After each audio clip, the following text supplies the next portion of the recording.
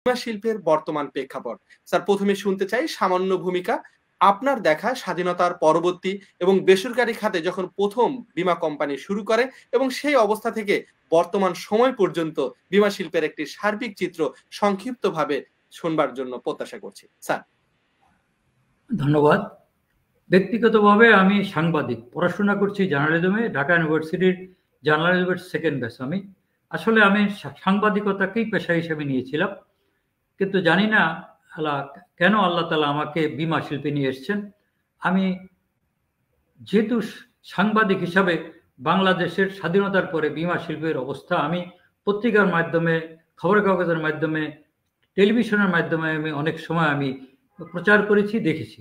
কিন্তু যখনই স্বাধীনতার পরে বাংলাদেশে যে বীমা শিল্প ছিল সেটার খুব বেশি আমি হয়তো সাংবাদিক হিসেবে সেটা আমার অভিজ্ঞতা আছে, ওই সময় বেশি অগ্রগতি ছিল না। ওই সময় ইড্র হয়নি। ওই সময় যেহেতু ইড্র হওয়ার আগে বীমা শিল্পের যে নিয়মগুলি সেই ব্রিটিশ আমলের আইনে চলত।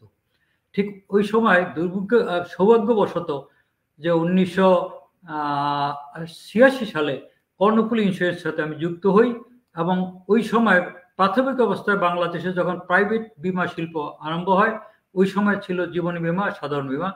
যখন ওই পর্যায়ে প্রাথমিক অবস্থায় 1986 সালে কর্ণফুলী ইন্স্যুরেন্স সৃষ্টি হয়, ওইটার সাথে আমি ওতপ্রোতভাবে জড়িত হই।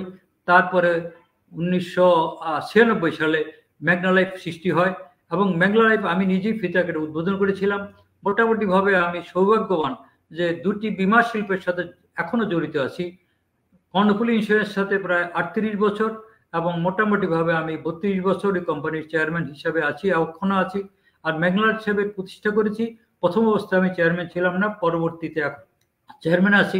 মোটামুটিভাবে আমি মনে করি আমার প্রাইভেট ইন্স্যুরেন্স কোম্পানি আসার আগে বাংলাদেশের বীমা শিল্পের অবস্থা একরকম ছিল, আর পরবর্তী পর্যায়ে বর্তমানে বাংলাদেশে 86টি ইন্স্যুরেন্স কোম্পানি, সেটাও দেখছি। তো মোটামুটিভাবে আমি সাংবাদিক হিসাবে, বীমার সাথে জড়িত হিসাবে, এদেশের একজন নাগরিক হিসাবে আমি বীমা শিল্পের অবস্থা জানি। যতটুকু সম্ভব আমি বলার চেষ্টা করব বীমা শিল্প সম্পর্কে।